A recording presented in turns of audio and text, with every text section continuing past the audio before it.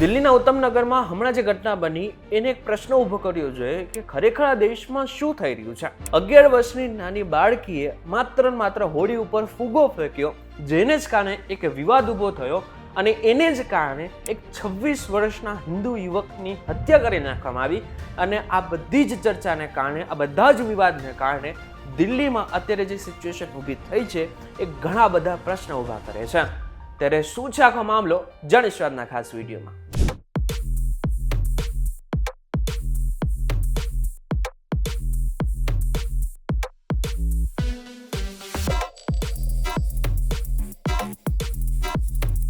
નમસ્કાર, welcome back fox VTV digital પર તમે જોઈ રહ્યા છો ડેલી ડોઝ। હું છું આપનો દોસ્ત કરણ ચરોતરા।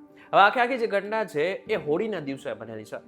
હોળી એટલે કે હોળીની રાત્રે લગભગ 10 વાગે એક 11 વર્ષની બાળકી જે પોતાના ઘરની છત ઉપર રમી રહી હતી અને તે પોતાના સગાવાલા ઉપર પાણીનો ફુગ્ગો ફેંકી રહી હતી, પરંતુ એક ફુગ્ગો રસ્તા પર પડી ગયો અને એનું જે રંગીન પાણી છે, કલરવાળું જે પાણી છે, ખાસ કરીને ત્યાં પસાર થતી એક હિજાબ પહેરેલી જે સ્ત્રી હતી એની ઉપર પડી ગયું। જો કે પરિવારના જેટલા પણ લોકોએ પોલીસને જે નિવેદન આપેલું છે અને આની સાથે જે મીડિયાને નિવેદન આપેલું છે એની અંદર ખાસ કરીને એમણે એવું કહેલું છે કે આ બધું જ અકસ્માતે થયેલું છે। દીકરીએ ખાસ કરીને જાણી જોઈને એ મહિલા ઉપર કોઈ પણ પ્રકારે ફુગ્ગો ફેંકેલો નહોતો, પરંતુ તે મહિલાએ આ બાબતે કડક વિરોધ કર્યો અને બંને પરિવાર વચ્ચે બોલાચાલી શરૂ થઈ। જો કે એ પરિવારે તરત જ એ મહિલાની માફી પણ માંગી લીધી હતી અને થોડા સમય માટે બધું જ શાંત થઈ ગયું હતું, પરંતુ અચાનક જ થોડી કલાકોમાં જ આ વિવાદ વધુ ઉગ્ર બન્યો।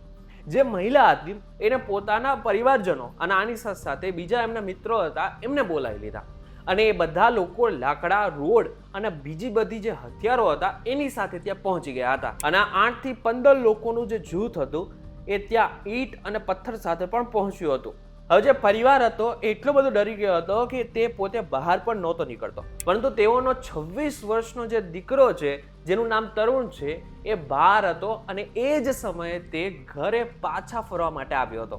તે બાઇક લઈને ઘરની જેવો નજીક આવ્યો કે 8 થી 15 લોકોનું જે ટોળું હતું એને એની બાઇક ઉપર હુમલો કર્યો।